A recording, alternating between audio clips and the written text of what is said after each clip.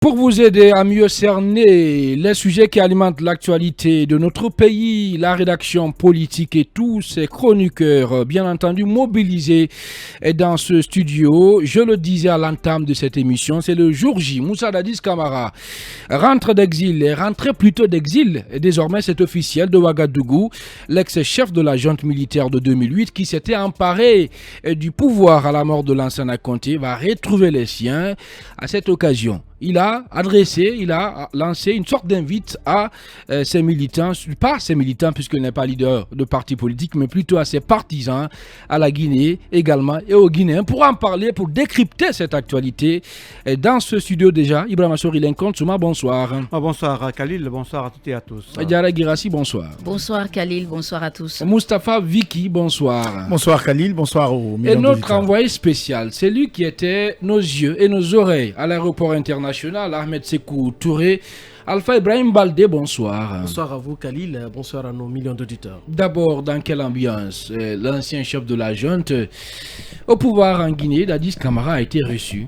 Évidemment, vous l'avez rappelé, c'est aux environs de 13h que l'avion transportant l'ancien chef de la junte militaire de 2008, de la transition de 2008, est arrivé à l'aéroport international Ahmed Sékou Touré de Conakry. À sa descente d'avion, il a été accueilli par l'ambassadeur directeur de protocole du colonel Mamadi Doumbouya et aussi le directeur général de la police Abdul Malik Koné qui était là avec quelques officiers supérieurs de l'armée qui ont tenu à être là pour accueillir l'ancien chef de la junte militaire. Donc les sourires aux lèvres, le capitaine Moussa Dadis Camara à sa descente d'avion a salué quelques membres de sa famille qui ont eu accès à l'aéroport et quelques anciens proches collaborateurs qui ont des anciens ministres, des anciens conseillers de Dadis, de la transition de 2008 qui étaient là à l'aéroport international de Conakry. Donc dans la salle, après ces salutations, le capitaine Moussa Dadis Camara s'est entretenu pour quelques minutes avec les membres de la délégation qui étaient là pour son accueil dans la salle de VIP de l'aéroport international de Ahmed Sékou Touré de Conakry. Après ces entretiens, il a tenu à échanger avec la presse. Mais ce qui m'a beaucoup marqué, Khalil, parce qu'il n'y avait seulement que la RTG dans la salle lorsque Dadis est venu, parce que la presse privée presque n'avait pas eu accès. Donc lui, il tenait vraiment à faire sa déclaration. La légendaire jalousie entre la presse publique et privée. Voilà, donc il a tenu il a dit à ces gens qui étaient là, le protocole, écoutez, je veux m'adresser aux gens, mais je veux que la presse nationale et internationale soit déjà sur place pour que je puisse... Parce que c'était pas prévu, le protocole n'avait pas prévu que le capitaine allait s'exprimer, parce que après l'information qu'on avait, après le cérémonial d'accueil, il partait directement à l'hôtel, d'abord à sa résidence de Kaloum, mais le programme a changé dès l'aéroport. On a appris qu'après l'aéroport, il partait directement à l'hôtel Kaloum, parce que selon les informations, il doit être reçu dans la soirée par le colonel Mamadi Doumbouya. Donc il a tenu que la presse nationale et internationale soit dans la salle, parce qu'il faut dire que déjà la presse privée et la presse internationale étaient dehors. Seulement la RTG était dans la salle VIP de l'aéroport. Donc on a fait appel à quelques Mais finalement, vous avez quand même eu accès au capitaine. Évidemment, il est venu, il a fait sa déclaration. D'abord, il a tenu à observer une minute de silence à la mémoire des personnes qui ont perdu la vie durant ces années d'absence en Guinée. Mais surtout, il a précisé pour ces personnes qui ont perdu la vie le 28 septembre 2009, lorsqu'il dirigeait la Guinée. Vous vous rappelez, beaucoup d'opposants ont perdu la vie au stade du 28 septembre. Donc, il a tenu à observer une minute de silence à la mémoire de ces personnes. Ensuite, il a remercié le colonel Mamadi Doumbouya qui a facilité sa venue en Guinée. Il a souhaité bonne chance au colonel Mamadi Doumbouya pour la conduite de la transition, parce qu'il a dit qu'il souhaite une transition réussie et apaisée. Ensuite, il a parlé des événements du 28 septembre, surtout du procès, parce que vous savez, en 2015, il a été inculpé dans ce dossier du 28 septembre 2009. Donc, il a encouragé le colonel Mamadi Doumbouya à tenir ce procès dans un bref délai, parce qu'il dit qu'il a vraiment sa part de vérité dans ce dossier. Donc, il tient réellement que les nouvelles autorités de la transition tiennent ce procès. Donc, il dit qu'il est venu en Guinée pour se mettre entièrement à la disposition de la justice guinéenne pour organiser ce procès. Donc, après cette déclaration à la presse, c'est le le commandant à la retraite, Moussa Dadis Camara. Oui. Ce qu'il faut dire parce qu'il est devenu commandant. Voilà, il est commandant maintenant à la retraite, donc il a pris la destination de l'hôtel Kalou. Mais à la sortie, il faut dire que ses partisans, ils se sont massivement mobilisés aux alentours de l'aéroport qui l'ont accueilli. Tout le monde pensait que Dadis allait se lever sur le capot de sa voiture comme il a l'habitude pour haranguer la foule, mais malheureusement pour ces gens qui étaient là depuis 8 heures, certains n'ont pas pu voir le capitaine Moussa Dadis Camara parce qu'il a été conduit vraiment avec un dispositif sécuritaire impressionnant directement pour l'hôtel Kaloum. Nous apprenons qu'il doit être reçu dans la soirée par le colonel Mamadi Doumbouya, mais là où je vous parle jusqu'à présent, ses partisans, ses admirateurs l'attendent à sa résidence privée de Lambagny où il était annoncé déjà. Voilà, Alpha Ibrahim Baldé, l'envoyé spécial de FIM FM Guinée du côté de l'aéroport international d'Ahmed Sékou Touré. Merci beaucoup, merci d'être passé dans cette émission. Décortiquer le contenu de cette déclaration de Dadis, mais avant,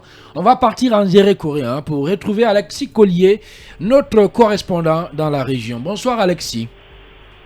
Bonsoir Chris, bonsoir à tous. Ibrahim Sorilène Kontsuma. Alors Alexis, dites-nous en termes de préparatifs, qu'est-ce qui se passe du côté de Zéro-Corée pour accueillir le fils de Koulé. De Koulé.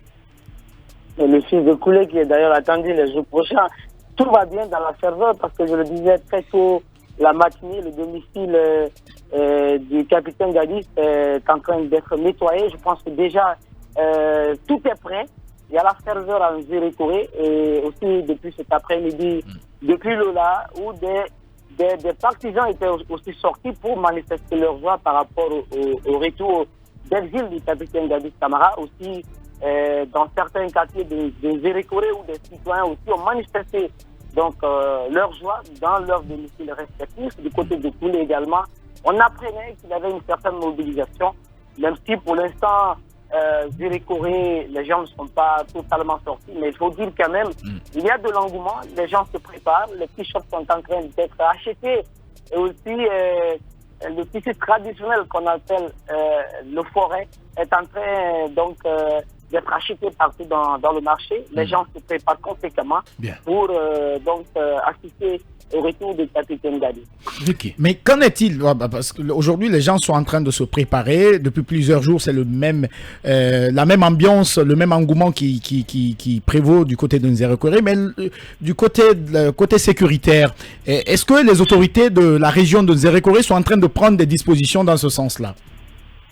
Pour l'instant, il n'y a pas de communication officielle. Le commandant de la 4e région militaire n'a pas encore communiqué, ni celui de la gendarmerie et de la police. On attend de voir quel est le dispositif sécuritaire qui sera mis en place dès l'arrivée du capitaine Dadis Camara.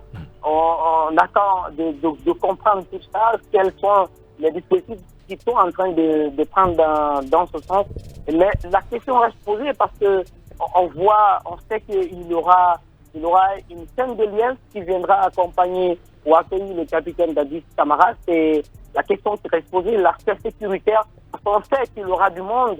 Il y aura du monde parce qu'aujourd'hui, on peut dire que presque les communautés se sont mobilisées pour réserver un accueil au capitaine Dadis Camara. On attend de voir l'aspect sécuritaire, comment tout ça va se passer. On attend la communication officielle peut-être des autorités locales. C'est vrai que les autorités n'ont pas encore communiqué sur le dispositif à mettre en place par rapport à cette grosse mobilisation, mais est-ce qu'on n'est pas en train de quand même attendre qu'il y ait quelque chose de ce côté, parce que quand il y a mobilisation, il n'y a pas de disposition. Surtout qu'il est très adminé dans cette partie de la Guinée. Hein. Quels sont les risques aujourd'hui? Quels sont les risques vraiment?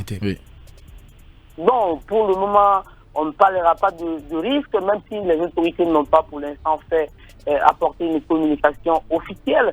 Mais ce qui pourrait peut-être planer comme risque, ça pourrait être peut-être l'aspect communautaire. Mais ce qu'il faut préciser, c'est que la commission d'organisation est claire là-dessus. C'est une mobilisation qui appartient à toutes les communautés, qui appartient à toutes les ethnies. Pas question de communautariser l'accueil du capitaine Dadis ou de régionaliser cet aspect. Oui. Donc, on pense qu'aujourd'hui, les gens iront ensemble et surtout que le capitaine Dadi, on pense que son retour en Zérékoré pourrait être un facteur de réconciliation et de paix dans la région. Voilà, Alexis Collier, le correspondant régional de FIM FM Guinée en Zérékoré. Merci beaucoup, merci pour toutes ces explications. Vous l'avez compris, le capitaine Moussa Ladis Camara attendu donc dans les prochaines heures à Zérékoré, précisément dans son coulé natal.